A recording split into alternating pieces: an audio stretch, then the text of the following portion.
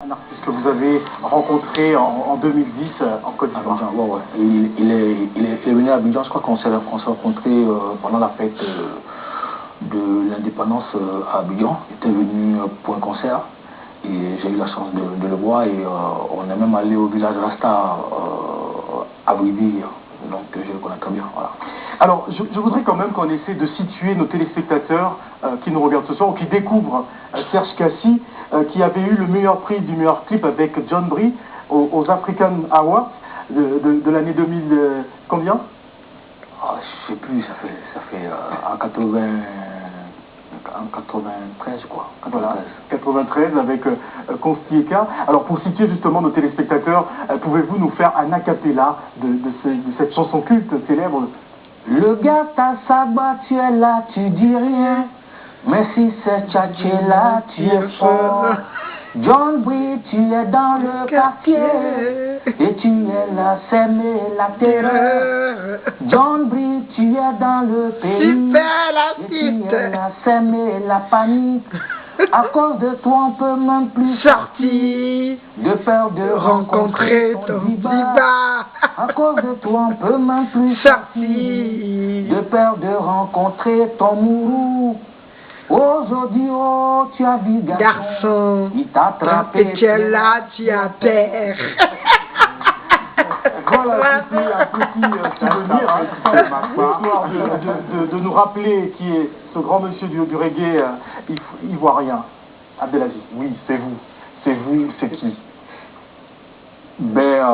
C'est une longue histoire, c'est vous, qui relate un peu ce qui s'est passé dans mon pays, qui m'a amené en exil, depuis le Ghana jusqu'en France.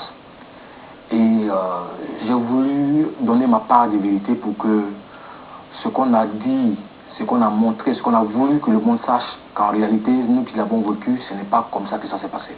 C'est vous.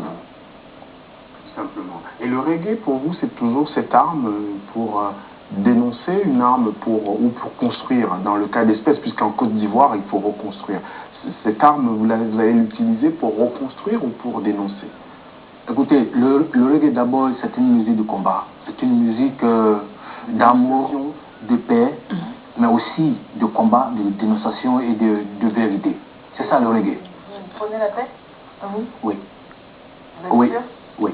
Avec un titre comme celui-là, c'est vous pensez vraiment faire ce cas-ci que c'est... Non, c'est...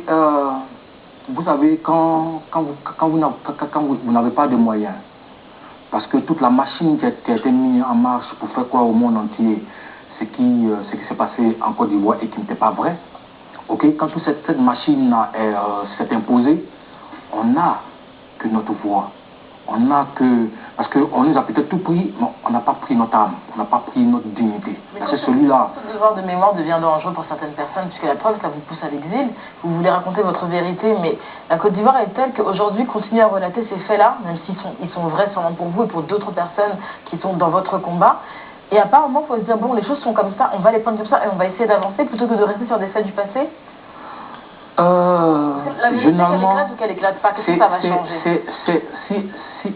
La vérité, elle était toujours bonne à dire, parce qu'elle permet à la génération future de ne pas commettre ces mêmes erreurs et de savoir réellement ce qui s'est passé. Parce que pour parler d'une histoire, il faut déjà commencer par dire ce qui était vrai. Parce que personne ne va nous conter notre histoire, c'est nous qui allons faire notre histoire. Et cette génération que je représente a décidé de se faire entendre, parce que je dis, parce que quand je parle, je sais de quoi je parle. Quand je dis c'est vous, si on s'était arrêté là depuis le 11 avril, si on s'était arrêté là depuis qu'il y a eu un changement de pouvoir, avec ce que vous savez, les bombardements, avec tout ce qui s'est passé, si on s'était arrêté là, avec un changement de pouvoir qui n'a pas forcément été accepté par le président qui devait sortir de ce pouvoir. Si vous voulez qu'on lâche l'histoire, quand on dit que... J'estime que quand le Conseil constitutionnel de mon pays dit que c'est cette personne-là qui a gagné, pour moi c'est ça. Et ça s'arrête là. À partir du moment où le Conseil constitutionnel... Est-ce qu'à travers ce nouveau single, Tous ensemble positif, c'est un autre regard justement pour ramener à cette Côte d'Ivoire, à ses enfants, de pouvoir se rassembler? Oui, en fait ce que j'ai...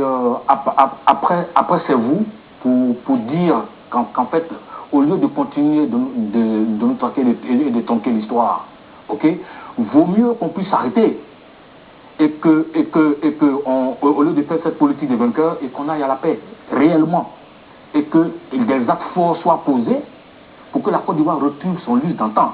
D'antan quoi? D'antan. Depuis les dernières années, de toute façon. En tout cas, non, d'antan des 10 dernières années. Ah non, désolé. Bon, nous allons évoluer dans le débat et nous allons à présent avoir un focus tout de suite.